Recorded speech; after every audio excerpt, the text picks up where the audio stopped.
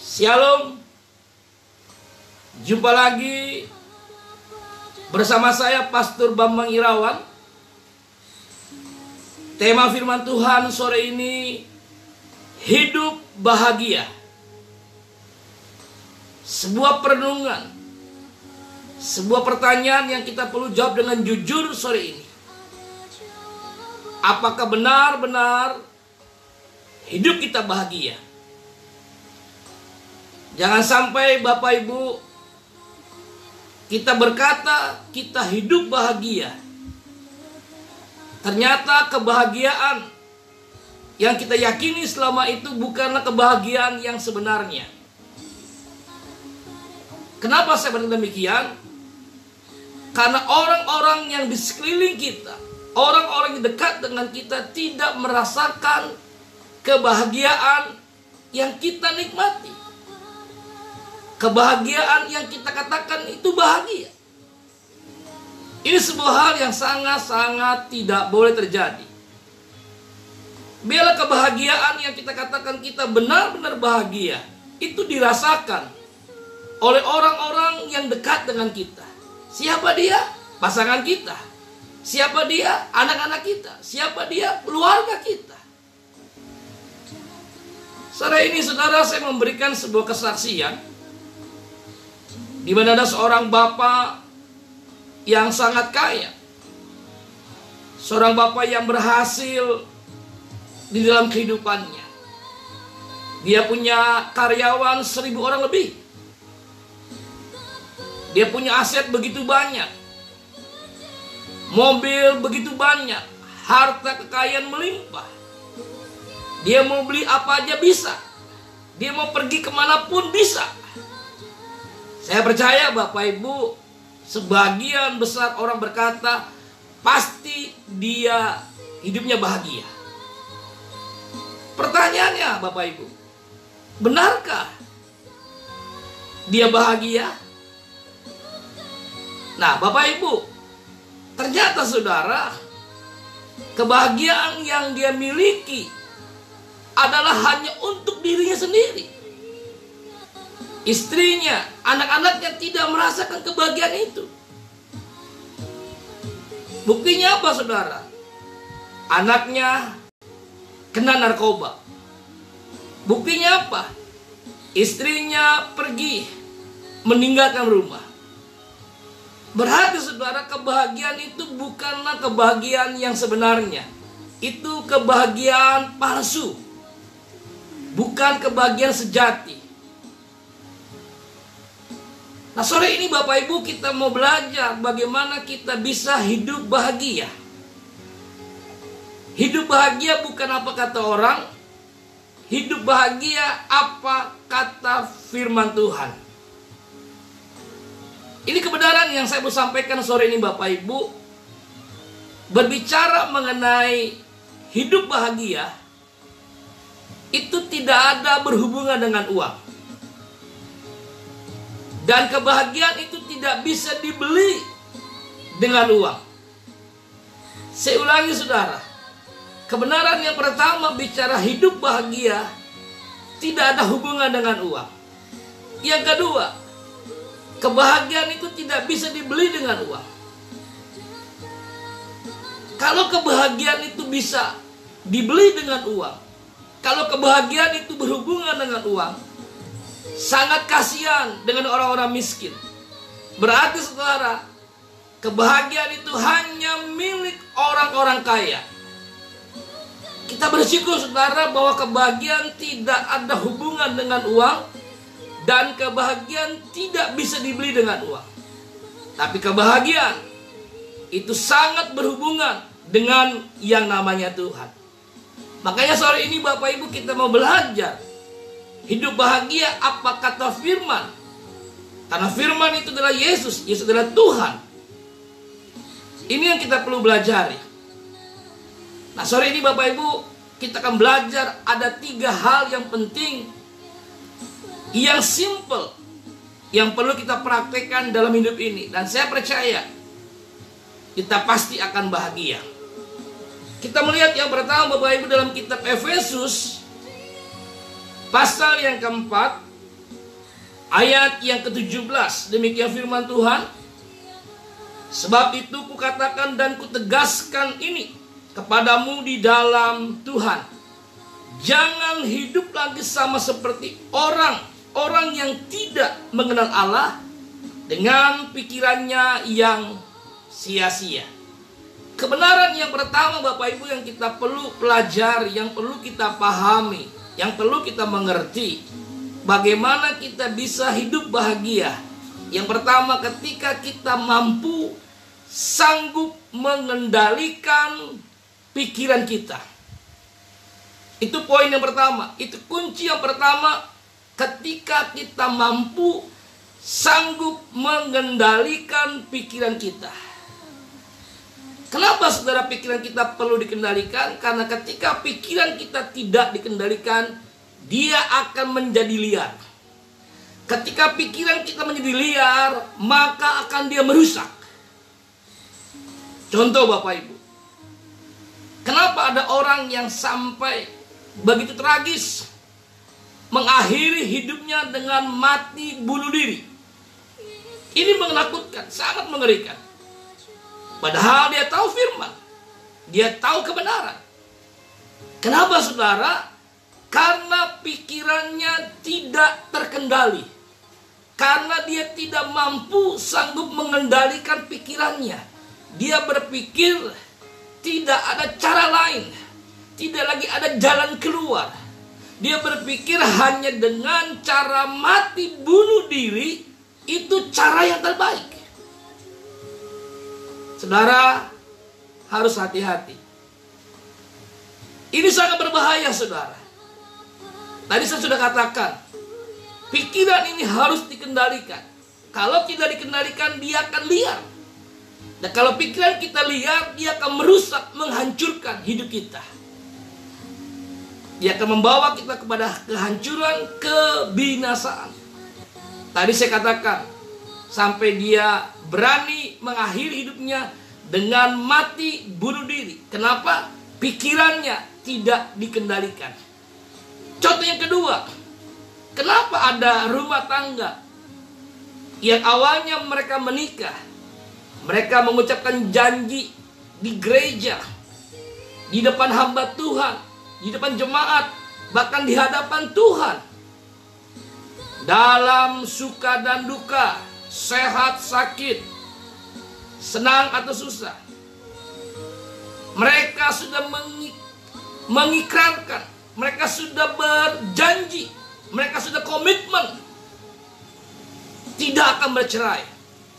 Ternyata saudara, dalam perjalanan akhirnya mereka bercerai. Kenapa saudara? Karena pikiran mereka tidak dikendalikan.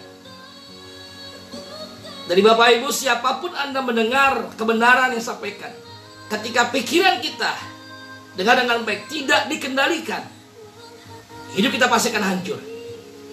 Ya, sore ini Bapak Ibu bertanya, Pastor Bambang, bagaimana caranya saya bisa mengendalikan pikiran saya? Jawabannya sederhana, hanya firman Tuhan yang sanggup, yang mampu mengendalikan pikiran kita. Tidak ada yang sanggup mampu mengendalikan pikiran kita kecuali firman Tuhan. Makanya penting sekali Bapak Ibu, kita mengizinkan setiap hari firman itu mengendalikan pikiran kita. Firman itu menguasai pikiran kita. Jangan sampai Bapak Ibu, pikiran kita ia mengendalikan firman, pikiran kita ia menguasai firman, hidup kita pasti hancur. Makanya Bapak Ibu nggak usah heran, di hari-hari ini banyak pengajaran yang membuat kita jemaat bingung. Jadi sepertinya kok seperti begini ajarannya, mana yang benar? Sepertinya menyesatkan. Bapak Ibu, kita nggak perlu pusing, kita nggak perlu menghakimi siapapun dia. Bagian kita adalah bagaimana kita terus cinta akan firman. Makanya penting buat kita sungguh-sungguh serius cinta firman, baca firman setiap hari. Supaya apa? Pikiran kita dikendalikan oleh firman. Supaya apa? Pikiran kita dikuasai oleh firman. Itu poin yang pertama, bagaimana Bapak Ibu kita bisa hidup bahagia di tengah-tengah wabah COVID-19, situasi yang tidak memungkinkan. Kita bisa menikmati hidup bahagia ketika pikiran kita dikendalikan oleh apa? Firman Tuhan. Kalau pikiran kita tidak dikendalikan, kita hidup dalam ketakutan, kita hidup dalam kebimbangan, kita hidup dalam kekhawatiran, dalam ketakutan, dalam kekhawatiran, hidup dalam was-was. Jangan-jangan COVID. Memang saudara, virus COVID-19 itu virus yang sangat cepat menjalar, cepat menyebar. Tidak kelihatan, tapi pasti. Tapi tahukah Bapak Ibu, ketika kita mengendalikan pikiran kita dengan firman, kita pasti bahagia. Itu yang pertama. Yang kedua Bapak Ibu, kita melihat Yesaya 50 ayat yang keempat. Demikian firman Tuhan. Tuhan Allah telah memberikan kepadaku lidah seorang murid, supaya dengan perkataan aku dapat memberi semangat baru kepada orang yang letih lesu. Setiap pagi ia mempertajam pendengaranku untuk mendengar seperti seorang murid. Poin yang kedua yang perlu kita kendalikan. Yang pertama adalah mau hidup bahagia, kendalikan pikiranmu dengan firman. Yang kedua, mau hidup bahagia, Bapak Ibu, kita harus mengendalikan perkataan kita. Kenapa Bapak Ibu kita perlu kendalikan perkataan kita, mulut kita? Karena mulut kita, perkataan kita itu punya kuasa. Dia menentukan sorga atau neraka, hidup bahagia atau tidak. Mulut ini bisa memberkati orang, bisa mengutuki orang. Mulut ini bisa membangun, tapi bisa meruntuhkan. Jadi penting Bapak Ibu, kita belajar mengendalikan perkataan kita, mulut kita. Supaya Bapak Ibu, supaya ketika orang mendengar perkataan kita, orang diberkati. Orang merasakan Tuhan ada dan hidup dalam hidup kita. Bagaimana saudara perkataan kita bisa membangun orang? Makanya firman Allah berkata bahwa setiap pagi Tuhan mempertajam pendengaranku. Perkataan kita nggak akan menjadi tajam kalau kita nggak suka dengar firman. Pertanyaannya Bapak Ibu, hari-hari ini yang lebih banyak kita dengar berita apa? Yang menakutkan? Yang mengerikan? Yang membuat kita khawatir, stres, bingung? Maka itulah jadinya perkataan kita. Tetapi kalau kita suka dengar firman Tuhan, perkataan kita pasti membangun. Perkataan kita pasti memberkati banyak orang. Perkataan kita pasti perkataan yang memberikan kepastian bagi banyak orang.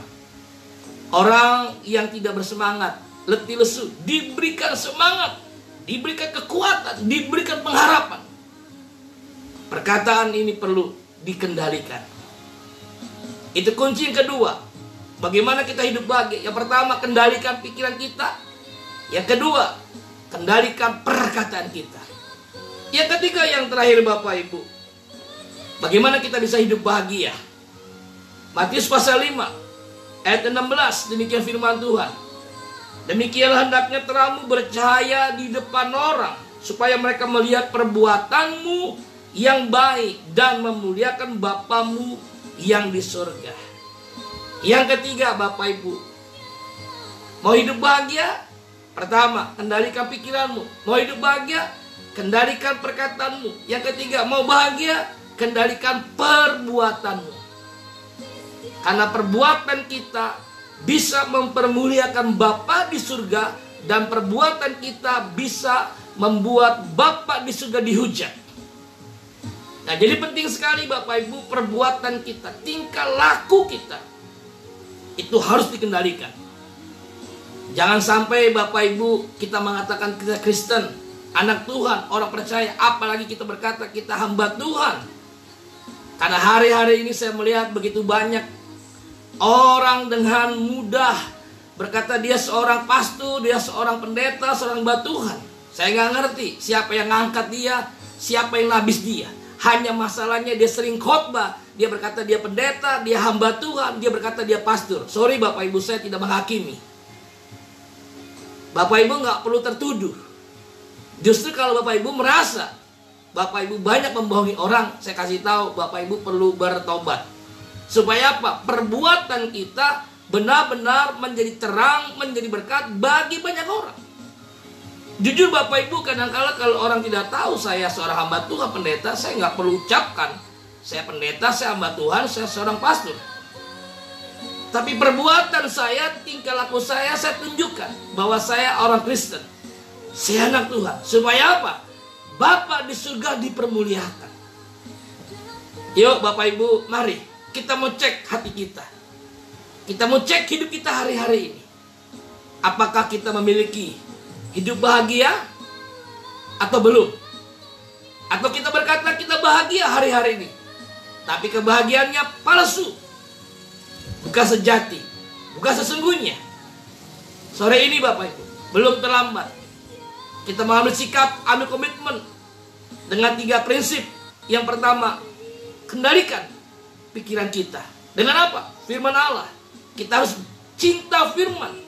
Biar firman mengendalikan pikiran kita, firman menguasai pikiran kita. Itu penting.